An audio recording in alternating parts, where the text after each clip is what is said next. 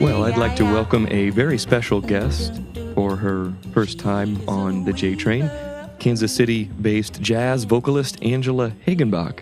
Thank you very much for joining me here on the J Train. Well, thank you for inviting me. Angela, you've recently returned to the United States after 10 or so days in Israel. Tell me about that trip. You know, you've had some experience in musical diplomacy as a cultural jazz ambassador back in the Clinton era. Was this trip to Israel an extension of that jazz ambassadorship? Well, yes and no. It actually had nothing to do with the jazz ambassador programs that I did. This was strictly a concert to celebrate the music of film score greats, Henry Mancini and Michel Legrand.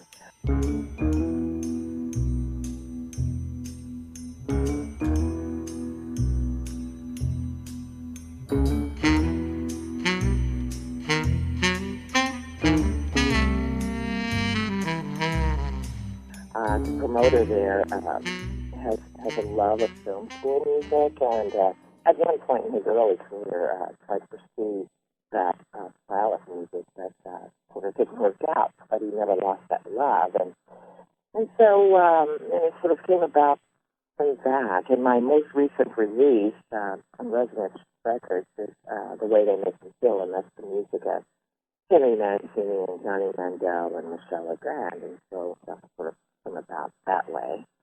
And with a marvelous pianist, Mir Hindelman, what a wonderful concert, series it was. Once again, we're talking with Angela Hagenbach, and she is going to be in Lincoln, Nebraska, gracing the stage at Jazz in June on the 25th of June. That'll be the capstone for the Jazz in June series, the, I believe, 20th year or 21st now. We've been doing it for a long, long time here in Lincoln. And Angela, this will be, what, your second or third appearance at Jazz in June? Well, actually, I'm going to say over the years, it's probably my fourth or fifth. However, the date that I have is June 18th. Oh, all right. Well, you can play June 18th and June 25th. That would be great. Wouldn't that be nice? Yeah. I wanted to ask, you were reared in a fairly large and a musical family, the seventh of 8 children, and your father played sax and your mother was a pianist, but you made a dash for the trombone. What a rebellious move. Well, it's just an instrument that appealed to me. Actually, the first instrument that struck my interest was the double bass, the acoustic bass. But I was quite young, and it was a very large instrument at the time, and so I can't quite remember who suggested trombone. Perhaps it was an instrument that was available, but I ended up loving it, and I played it for, at least 14 years or so. Wow. Yeah. So I love that instrument. I don't play it anymore, but I still love the sound of it and those warm tunes. Absolutely. Well, I wanted to use that early musical training in trombone and find out how it was that you segued into a career in vocal performance and vocal jazz. I understand that Sarah Vaughan was a pretty big influence, as she has been on so many jazz vocalists, but what about this discovery of jazz vocals? Was it an epiphany-like moment, or had it been blossoming for a long, long time? It hit me like a big billboard.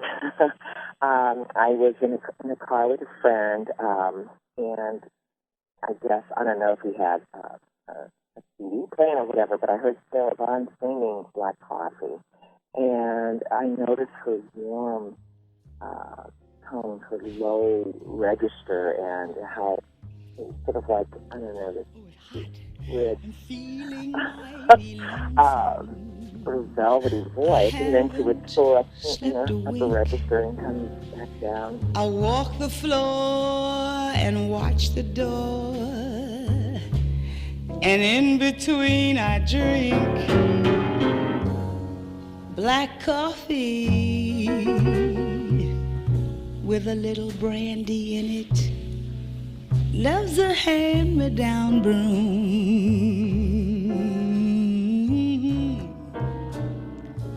And I thought, I'd like to do that because I do have a relatively low voice. I was quite young at the time, and as a young girl living at home, I had a fairly low speaking voice. So that's the main reason why I did not pursue singing, because you wanted to hear a girl sing so low.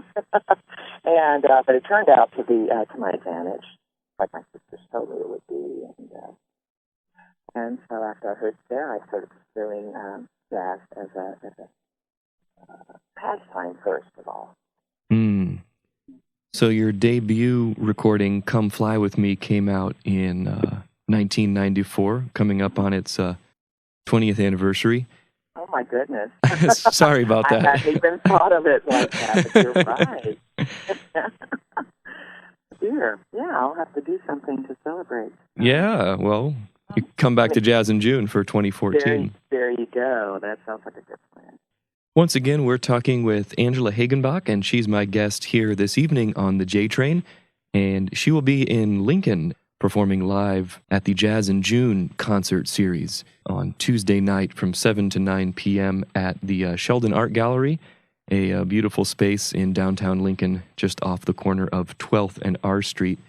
Angela, I wanted to pick up on a thread that you left about the Kansas City jazz scene. I'm a frequent visitor myself to the area's jazz lounges because we're just a couple hours away. And I've always been struck by the level of commitment that the city has to its own jazz heritage.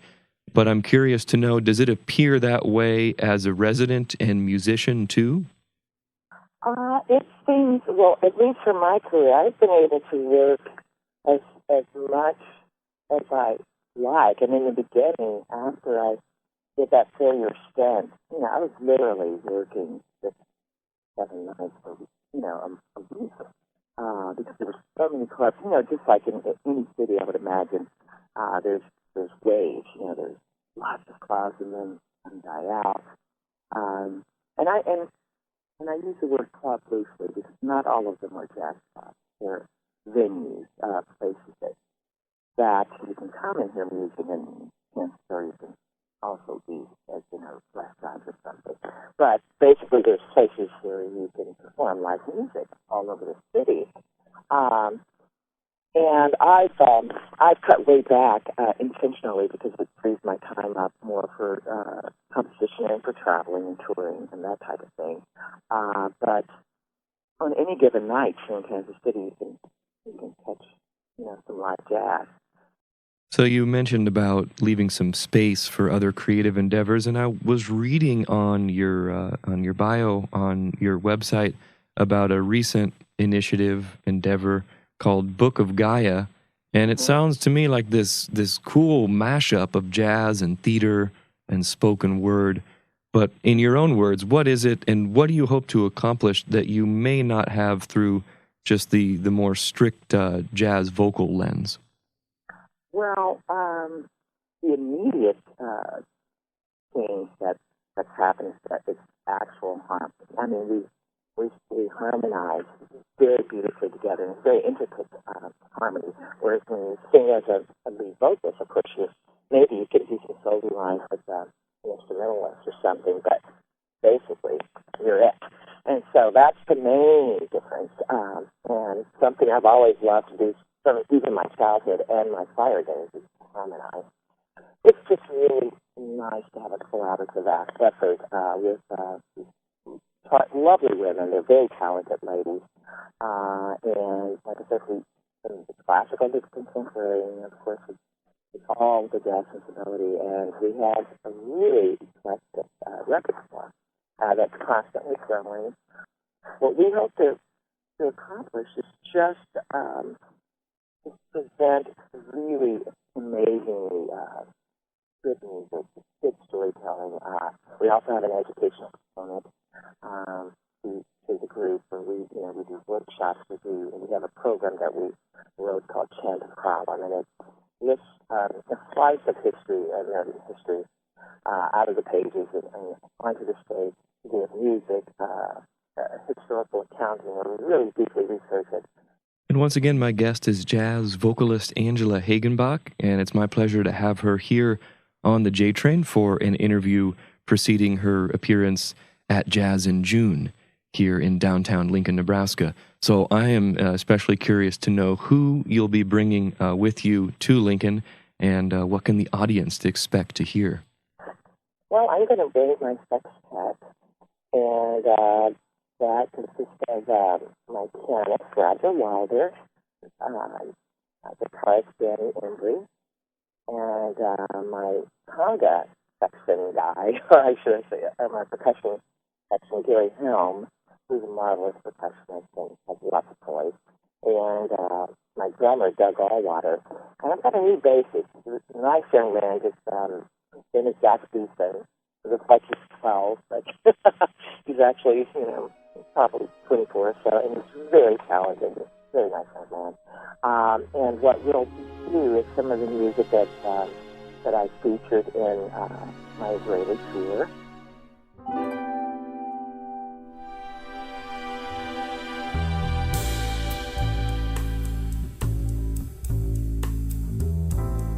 His gaze swept over me like a slow, hot wind. Someday, And some of the new things that I'm working on to listen.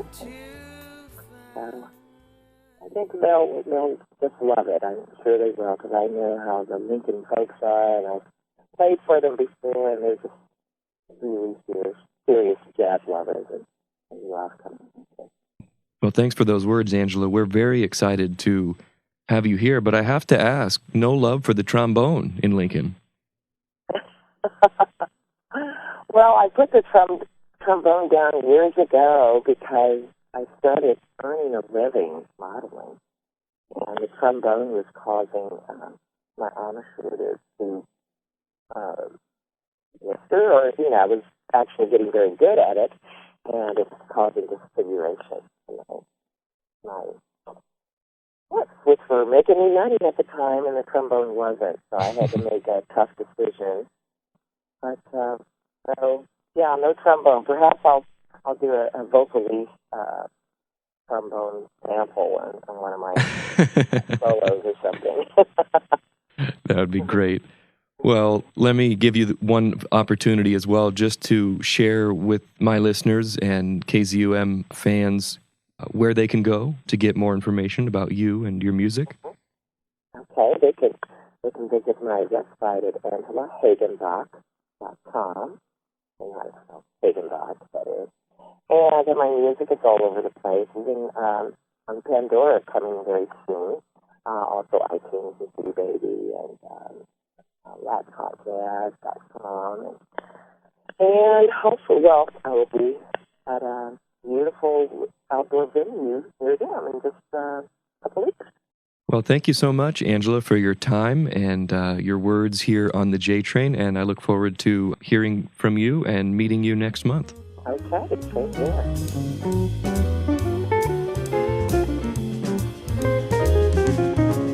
You turn the tables on me, and now I'm falling for you. You turn the tables on me.